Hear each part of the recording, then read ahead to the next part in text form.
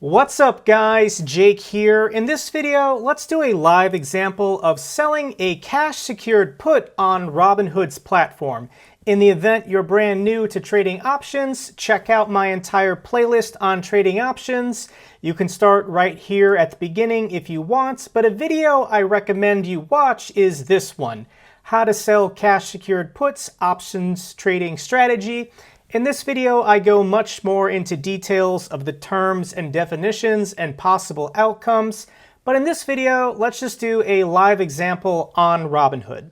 Now, what makes a cash secured put cash secured is that you have the collateral in your account to buy the stock should you be assigned. However, when it comes to a cash secured put, you should want to buy the stock. Only do cash secured puts on stocks that you feel comfortable buying 100 shares at. And ideally, you're being paid to buy this stock at a discount. So in this video, let's do an example, and a company that I think right now is good to sell a cash secured put on is Intel, ticker symbol INTC. Let's do a little bit of technical analysis before making the trade. And when we look at Intel's share price, this is a very large company. It's still growing, but not growing as fast as some of the other semiconductor stocks. However, I believe right now it's undervalued. Not even 6 months ago, this stock was as high as 68. It's currently below its 200-day moving average, but I'm seeing a very strong support line. Buyers are stepping in around this $52 range. So it's gotten as low as, $52, and then buyers step in. So I would like to sell a cash secured put with a strike price of $52, meaning someone's going to pay me money, and if Intel's share price goes down below $52, I am happy to buy it. I want to buy 100 shares of Intel at a discount from where it currently is today, because I'm okay with buying the stock and then holding it long term. Now, when selling cash secured puts, you must also feel comfortable not buying it. So if Intel's share price for whatever reason in the next month shoots up, I didn't buy the stock, I'm okay with that. When you're selling cash secured puts, you're collecting premium, you're getting paid to buy the stock if you want to, and you're getting paid not to buy the stock, which I'm also okay with. In my Robinhood account, my buying power is currently $38,000. This is my cash plus my margin buying power with Robinhood. Once I sell this cash secured put, this amount is going to go down. Now, I already have a cash secured put sold on Intel, but let's do another one as an example. So up at the top, let's type in the ticker symbol of INTC and select it. Then on the right side, you're going to see the button Trade INTC Options. Make sure that you're approved for trading options with Robinhood. Now at the top, you're going to have to make 3 choices. The first one is to choose an expiration date. The default is going to be the closest expiration date for contracts. Some people do sell weekly contracts for premium. I recommend doing basically 1 to 2 months out, because that's when the value of the contracts starts wasting away the fastest, and it gives you a little bit of wiggle room if you want to try and time your trades. After you sell to open, you can buy to close later. So let's go with the 3rd Friday of the month. This is October 22nd. This is going to be in 36 days. And remember, for this video, we are selling, or sometimes called writing a contract, but we're selling a put. Now, puts being the opposite of calls sometimes are a little confusing for people to visualize.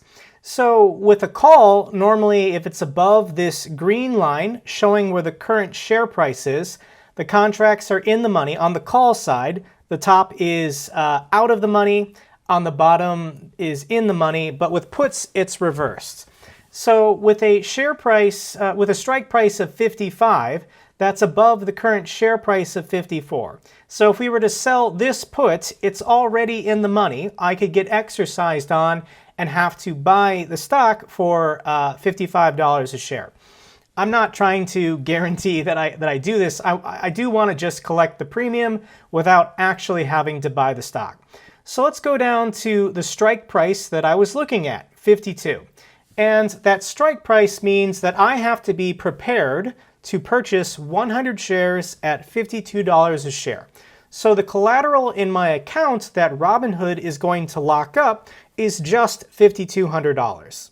Another thing you might want to reference is the Greeks, and Robinhood will show you the delta value. Delta has two purposes. It shows how much the option premium price changes per $1 share price movement. However, delta, according to the Black-Scholes options formula, gives you a rough probability of the chance of this contract expiring in the money. So Intel's share price is currently $54.34. What are the odds by October 22nd the share price will be below $52? According to the Black-Scholes formula, they're saying there's roughly a 28%. So when selling cash secured puts, I like to go for a delta value of 30%. I mean, if you really want to buy this stock, you could go straight at the money and choose a strike price of, maybe 54. Now, if you choose a higher delta, a greater probability of being assigned, then you collect more premium, $174 per share or $174. So what would your rate of return be on a trade if you went with a strike price of $54? Well, just think about it. For a time period of 36 days, you would be tying up $5,400 worth of collateral in your account, and you'd be making $174 on your money. You can do the math to figure out what the equivalent APY is. However, I'm trying not to be assigned, guaranteed, so I'm going to go with a strike price of 52, and the premium I'm getting is, a little bit lower, but it's still a good amount in my opinion. So for locking up $5,200 worth of collateral, I can make $107 over the next 36 days. Additionally, Robinhood calculates my break-even price. It's the strike price subtracting the premium you're being paid. So my break-even is $50.93. What that means is as long as Intel's share price stays above $50.93, then I am net making money even if I'm assigned. Think about it. If the share price of Intel goes below 52 but stays above my break-even, then I'm still making money, just not the full premium amount. And you can't really lose money selling cash secured puts as long as this is a stock you're confident in and you wouldn't mind owning. Let's say Intel has a terrible month, it goes down to $40 a share. I was willing to buy it today anyways at $54.80. However, I was able to buy it for $52. Now that's terrible, it went down to $40, but I don't really care. When you sell a cash secured put and get assigned, you can always just hold the stock until the stock price recovers. So let's go ahead and click on the plus icon. It populates over here and we'll click continue.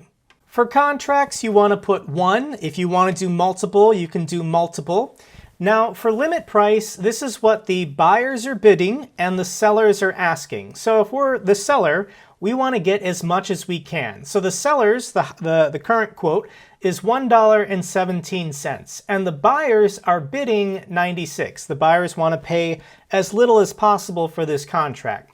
So by default, Robinhood is going to give you the mid price. So if you review order, it's possible that it won't fill. You might have to submit the order and then maybe wait an hour and come back and see if your order filled at that mid price.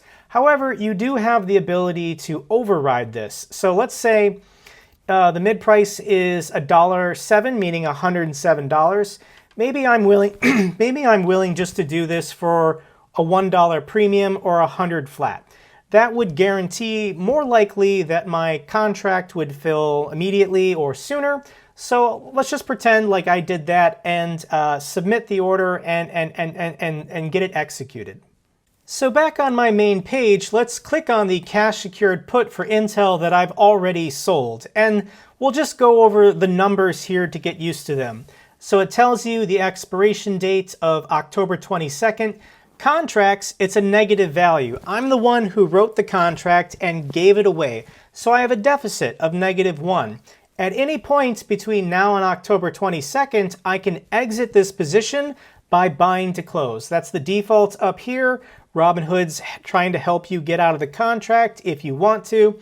So if I'm holding a -1 and I buy to close, that means I'm buying back the exact same contract, same strike price, same expiration. That gets this back to a 0. I no longer have an obligation to buy or sell 100 shares of a stock.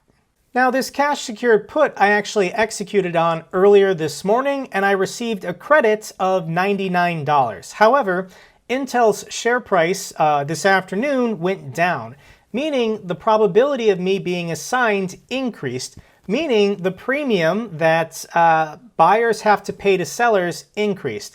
So the current market value for this contract is 107. However, I bought it this morning for 99. So I'm down 8%. Do you see what's happening here? The value of the contract increased, meaning that if I want to buy it back, I'd have to pay 107 when I only received 99. So I would lose $8. That's not my plan, of course. I'm going to hold this and let time, theta decay, waste away the value of the contract. I'm confident I won't be assigned by October 22nd and have to buy 100 shares. But if that happens, I'm glad that I was paid $99 to do it, to get the stock basically at a $2.80 discount from where it is today. That's a pretty good deal. Okay guys, if you enjoyed this video, give me a thumbs up so the algorithm knows it's good. In addition, check out that playlist for more videos explaining options trading. If you have any comments or questions, I'm always happy to help. Let me know down below. I love hearing from you guys. Till the next video, take care.